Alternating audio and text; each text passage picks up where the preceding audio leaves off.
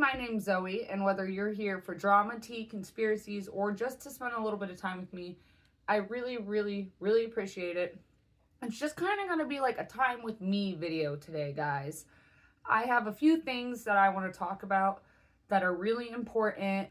My video today is mainly to stress the importance, the giant importance of us as a society remembering to see the humanity in people who think differently than us, who piss us off while we're driving, who don't speak the same language as us. I've been noticing so many awful, horrible stories happening lately and things coming out lately, and it's really scary. I'm not just talking about gun violence incidences. I'm just talking about violence against each other on a whole has been skyrocketing. On Wednesday, of course, everybody knows that the conservative activist Charlie Kirk was assassinated. I was watching a video of somebody on the news talking about him maybe 30 minutes before it happened. When I got on, right after I heard that it happened, when I got online, the video of it happening was one of the first things to just pop up in my feed, and it is just stuck with me. It is so disturbing, awful. Obviously, there was also a school shooting on Wednesday that happened basically the exact moment that the other thing happened, and that's just a coincidence, but it's true. And I think the visually and thinking about it, the worst thing that happened on Wednesday was a beheading in Dallas, Texas. It happened in a parking lot of a hotel because from what I can gather, a man was angry that the hotel worker was speaking a different language and had to use a translator, and he just snapped, went to his room, got a giant machete, and chased this man to the lobby, or not to the lobby, to the parking lot, because I saw the surveillance, I saw the whole video of this incident. Another thing in the past few days that has really been messing with me. I saw the whole video of this incident. He chased him down and just hacked him up in front of the man's wife and child. And it took about 3 minutes to do it, and then he kicked his head through the parking lot. Right now, I don't know what it is, but everybody is so divided. Nobody can have patience for each other. And one thing that I can remember my mom teaching me when I was younger, because she's no longer with me, is just love. Have love, kindness, and compassion for your fellow man and for animals. It is extremely important. If we don't have that, what makes us human? If we don't have compassion and sympathy, and we're not able to talk to each other and have a dialogue, where's our humanity? What makes us human at that point? Because that's what separates us from the animals, is the fact that we have voices, we have a language, we can talk, we can work through things, we can agree to disagree, we can work to get our viewpoint to be the more accepted viewpoint. As long as you work and you have good arguments towards it, there's nothing saying that you can't change people's minds. Nothing at all saying that. Doesn't guarantee that you're going to change everyone's minds, but we have the right to try, and we have the right to be heard. Now, I want to get back to the Charlie Kirk situation really quick, because I'm a centrist. I have a lot of views that fall more on one side than the other.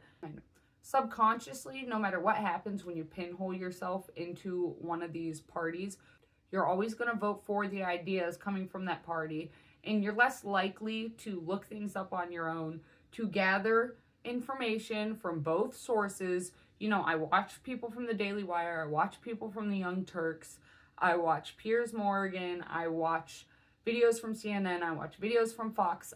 I try to consume as much as I can so I can be educated.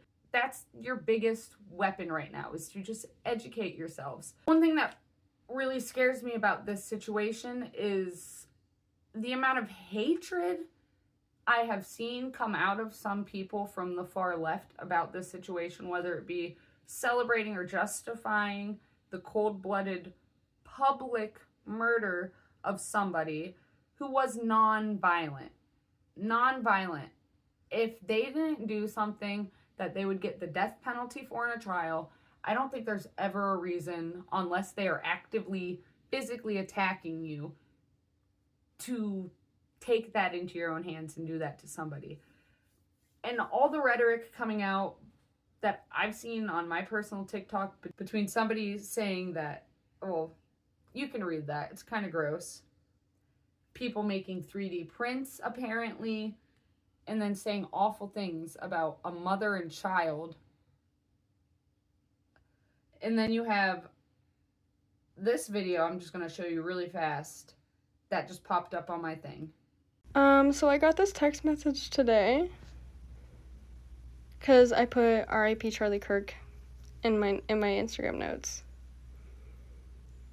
You're sick and you're weird, and it doesn't matter that you used a fake number to text me, because here's the paper with my case number on it, because I thought I called the cops. You sent me a threat.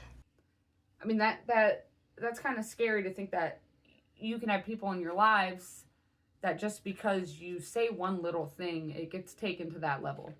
And this is going for both sides, because I'm worried that with the new information that's coming out about who the shooter was involved with and all that, there are going to be some really angry people on the far right who are going to start threatening and start doing wild things. There already are. There are already people calling for war. There are already people saying some kind of extreme stuff, and information is just now coming out. My advice to everybody would be to take a step back, detach yourself from those labels, and really think hard about the issues at hand, and really do a lot of your own research, and just go with what is moral and what is right and what aligns with the way that you want the world to be. Most importantly, we need to learn how to better support each other, I think. We need to learn better how to protect ourselves. We need to learn better how to just agree to disagree. It's not the end of the world. We live in America. We have so many freedoms that they do not have in other places in the world. There's maybe I can maybe count them on a hand or two, the amount of places that could equate to the amount of freedom that we have. And it's not exactly the same freedoms. Maybe some are a little better, but most of them aren't, because we have a constitution in place that protects every single one of us. Every single American citizen deserves the same respect and protection. I don't know. I just wanted to vent a little bit about that. It's a little bit of a heavier episode today. I would love, honestly, if more people started identifying as centrists or independents. I'm sick of a two-party system. I don't think there's room for that in our society right now. It's too divisive. I hope everybody has an amazing day. I hope everybody has an amazing night. If you stumbled upon this video, please give me a like and subscribe. I'm a really itty-bitty tiny channel.